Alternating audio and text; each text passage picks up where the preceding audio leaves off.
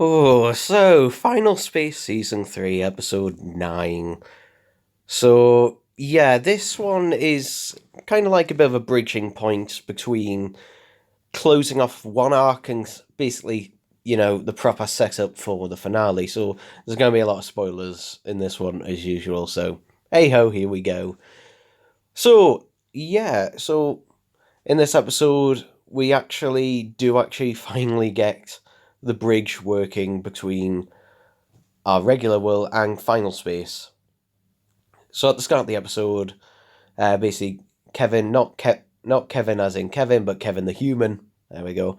Tells Guy that they need to contact someone on the other side in order to basically connect the link to in order to open the bridge back from Final Space.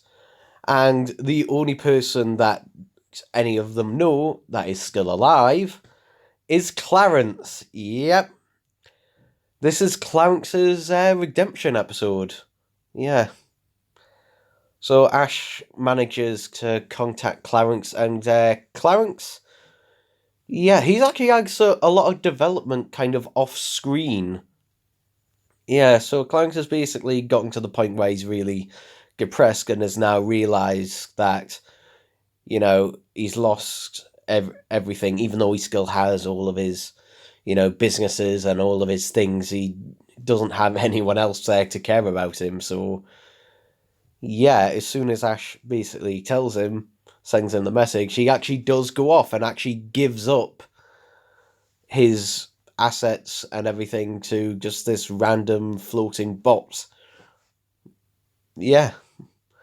However, also in this episode, we also get returns of one-off, basically all of the other one-off characters. Well, with one exception, one's technically a two in a bit off character. So we get Todd returning in this episode, and yeah, they kind of tried last season to set Todd up as an overarching sort of villain, but Todd makes more sense as kind of more like a one-off type of villain. But yeah, Todd returns in this episode, as well as various other characters. For example, the family whose Gary wore the skin of their mother is also coming up after them, and everyone is trying to basically stop Clarence from opening the gate to stop Gary and co from coming back, mainly Gary. And even the creature and that Clarence married last season comes back as well in this episode as well. So yeah, and the evil Kevins from last season also do get to make a brief appearance. Literally, all of them trying to stop Clarence, and yeah, they end up all fighting each other. And to be honest, this fight sequence, I really do enjoy it. I do really enjoy it. It's something nice and satisfying that something that was seemingly random built up over season 2 actually does have a bit of a payoff.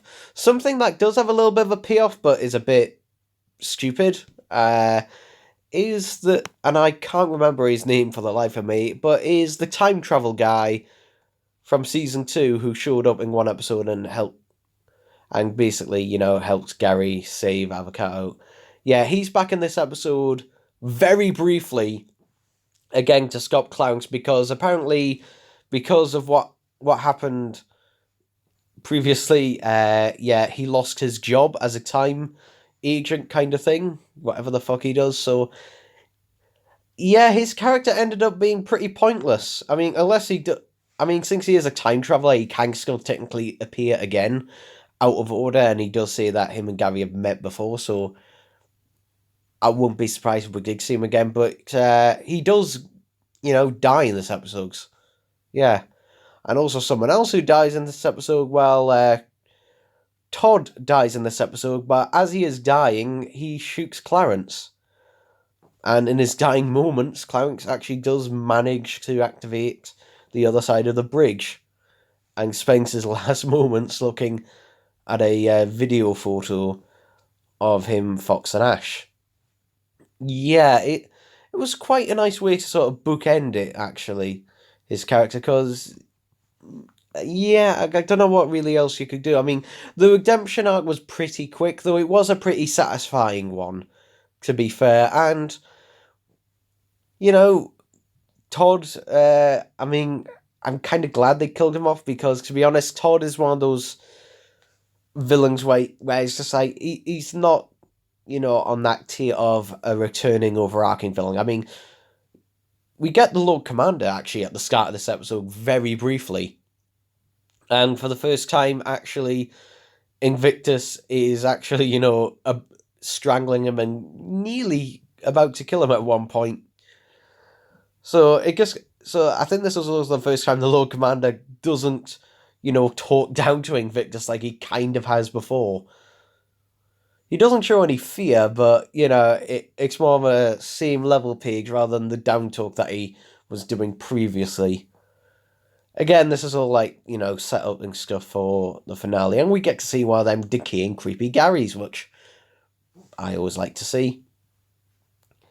So, yeah, Tribor, who is off leading another resistance for something, I honestly don't know. Tribor and his son and the rest of the resistance, I guess, fly through and escape final space. So, yeah, I mean, to be honest, they haven't really had much for Tribor to really do this season, other than give birth to a son. So yeah, it was like kind of one of them things. Just like there's that many characters that a lot of them kind of get left sidelines. For example, Gary's mother is a prime example. She's kind of just sat on the sidelines and hasn't really had much at all to do with the season. In fact, even Mooncake hasn't really had much to do this season. A lot of the time, I forgot he was there. Yeah, even though Mooncake is important to the plot, he's kind of almost sidelined a bit recently in the recent episodes in this season. It does seem like the cast of characters has gotten so large that it's becoming a little bit harder to focus on each one. But, at the same time, I'd rather them do it this way than trying to shove everything into one. So, hey-ho, there we go. We also get the revelation at the end of this episode, which, again, is a one that kind of links back again to Season 2. So in Season 2, obviously, we have all the evil Kevings linking together. And it turns out that was actually part of a purpose to protect Earth from Titans. Yeah. So Kevings are revealed when they're joined together like that, and they can actually kill Titans. So Quinn is the one who actually decides, hey, we can't go back. Which, yeah, I knew they weren't going to go back into their universe from Final Space. I knew they weren't going to escape just yet because, well, it's episode 9 of 13. Of course they're not. So, yeah, they decide, Quinn manages to convince everyone to stay and basically just to kill all of the Titans, which will weaken Invictus enough that he can never escape somehow.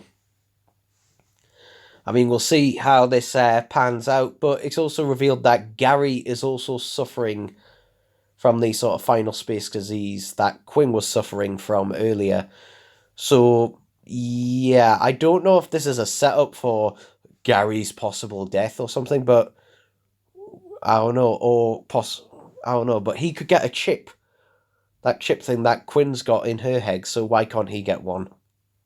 Maybe. I don't know. Maybe they're setting stuff up. But it is basically, this episode basically closes off the how they will get out of final space.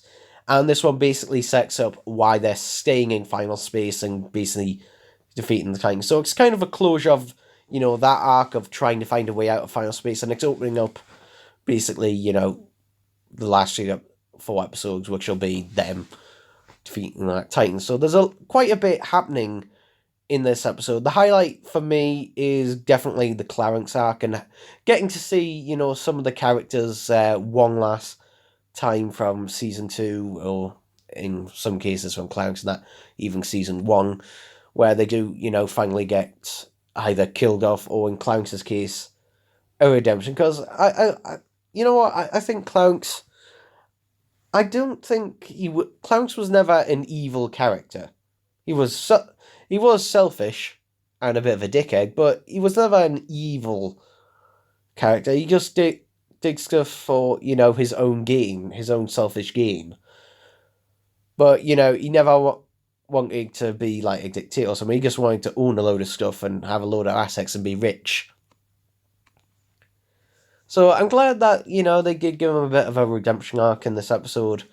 And it does actually prove that, yes, he did care. He did actually care. I mean, to be honest, I didn't doubt that Clownks actually cared about Fox and Ash, but in this episode, you really do see it. And also, there's a nice little scene between him and Todd where they're both dying. That Clownks actually, because, he's basically a con dealer, he can see, people's emotions, that he could tell immediately that Todd had lost someone. So yeah, there was that. There was also a bit of a weird bit when Todd is first introduced. This was just in the animation parks, where it looked like, rather than him standing on ice, it looked like he was frozen in the ice, which looked a little bit weird. I'll just say there, but other than that, this is again a pretty good episode. Not as good as last week's. This one is kind of like, kind of closing off a lot of stories and then setting up the final one. So we've got the end of Clownks' arc, the end of Todd's arc, and, the end. I mean, obviously this might not be the way they find their way out of Final Space. The season could obviously end with them all being trapped there, but I doubt it. I have a feeling that not all of them will escape Final Space. I'm kind of looking at Ash here when I'm thinking that. I have a feeling, someone is going to die in the finale. Like, all these on screen right now, yeah, one of them I'm almost certain is going to die or sacrifice themselves and be trapped. It's going to be something like that. I have a feeling, and I've got a feeling it's going to be Ash. Now, if they do, this also goes in with my theory, which I don't know if this has been confirmed yet, but I've got a feeling Season 3 could be the final season of Final Space. It could. Because if they do defeat all the Titans and Invictus is trapped or even destroyed, then, what do you kind of do after that? It was all kind of building up to that. Now, if that is the case, this will be a really good, solid, arc for everything, and a pretty good, solid series that I'd rather it be this than, having to drag out forever. So we'll see how things go, but yeah. And also in this episode, it appears that Avocado has not told Little Kato about, what he did yet.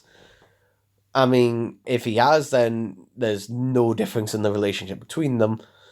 So, yeah, I don't think he has. Maybe that'll come up probably near the end.